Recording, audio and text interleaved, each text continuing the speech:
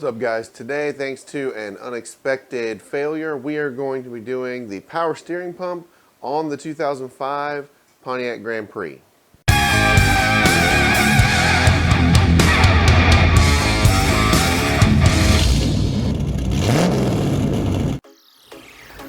So first thing with these engines is always to remove the appearance cover, just like this, and then put the oil tube back there just to keep stuff out of there.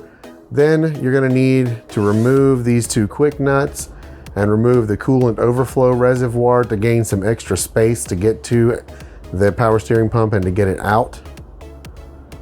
You don't need to disconnect the hose, just sit it out of the way. Then we're going to remove the right front wheel because there are a couple things that are just easier to access from the bottom, and you can get to that in the fender well here. Now here, I'm actually going to be removing the bottom side of the return hose because I've already got this disconnected just like this, but you would remove the top if you don't have yours cut and changed like mine is. The next thing to do is to break loose the pressure hose, which is this fitting right here, right on the bottom of the power steering pump itself, which is pretty easy to get to from this position. There you can see that unhooked.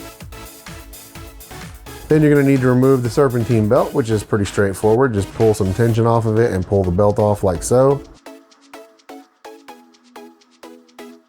Once that is completely out of the way, I did also take loose the fuse box so that I could push it back some to gain some extra space.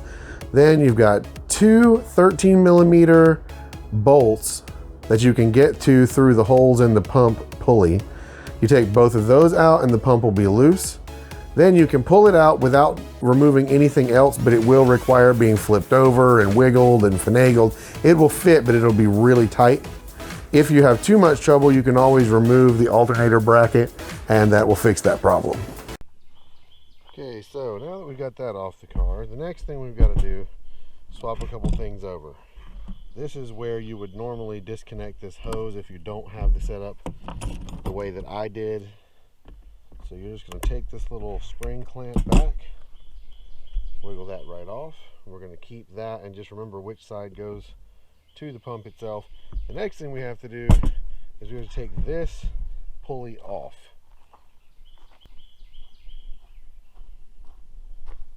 So I'm going to start by lubing that a little bit.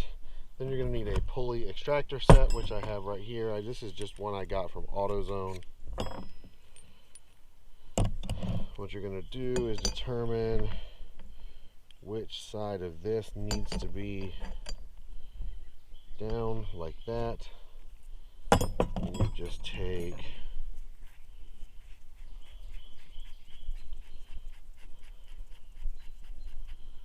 this, goes right in the middle. We're supposed to.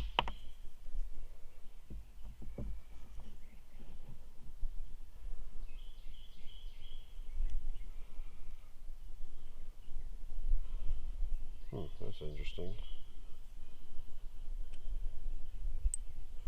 It's got the plunger if you want to use the plunger, but I think it's going to fit better like this. So you just do that, you put that around there to hold it. Then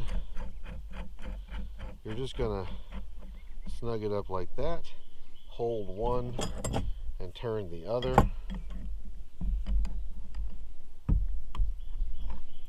So there's a 17, so I need this. You can avoid this by replacing the pulley as well, but the kits don't come with that, so do be prepared, that's an extra cost. So once it gets rolling, it should be pretty easy to do. Just keep running this middle down, like so.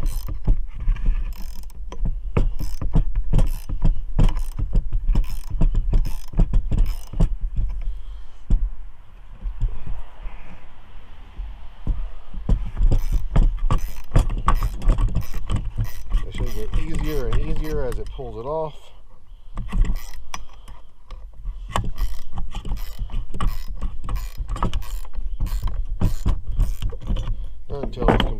loose just like that.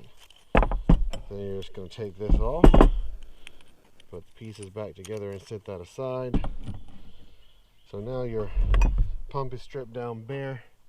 You get to tell if that was leaking at this point too. This is the replacement pump that I got, which is new, not used, or not reman. Of course, obviously it's not used. And obviously these are made to fit multiple applications, which is why this only has 2 bolt holes and this has 3, so that's not important.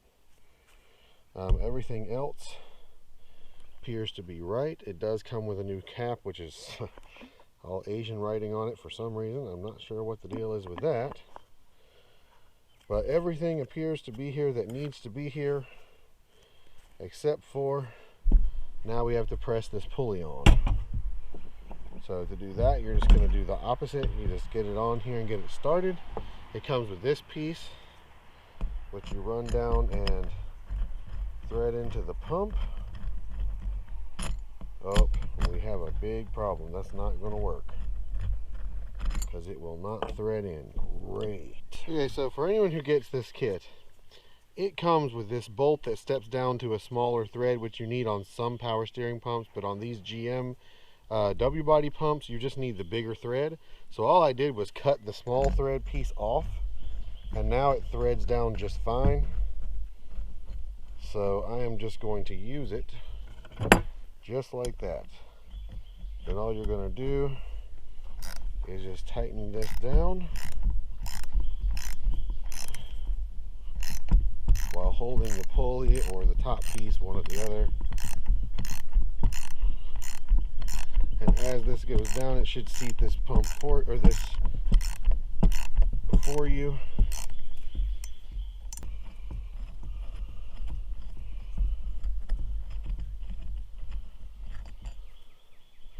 Okay, almost there. What we want is we want this to be flush right across here.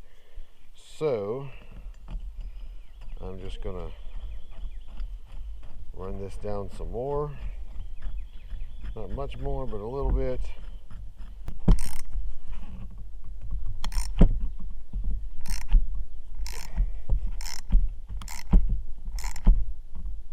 Okay. That felt pretty good.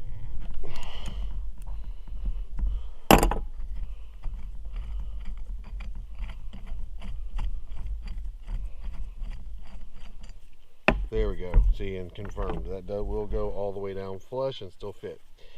So now we're going to move this over like so, but I want to change this clamp because these spring clamps do not hold tension well when they get old. So what I want to do, because it's very important that you don't have a leak on the return side or it can suck air in and you not realize that it's leaking, and then you wind up with air getting in causing problems that you didn't know about. So what I'm going to use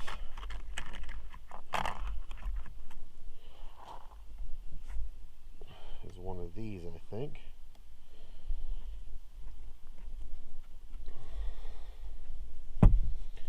This is the same kind of clamp that you use on fuel injection systems. So it is very much up to the task of keeping this sealed all the way. And there it is all together. That clamp is much stronger, keeping that nice and tight.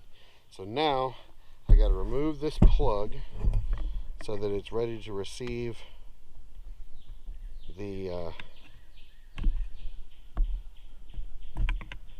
pressure line, and then we're just going to get it in the car.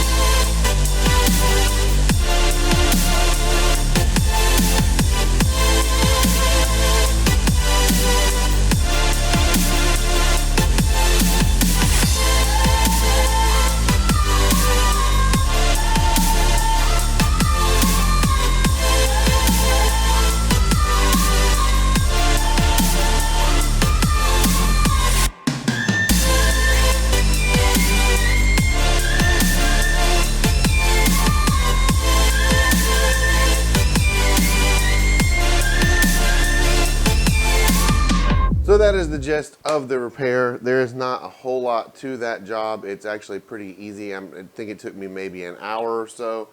But there were a couple things I ran into I wanted to show you in case you run into the same thing. The pump I ordered from Rock Auto, I did get a new pump. Now, I'm going to show you on this one, the old one.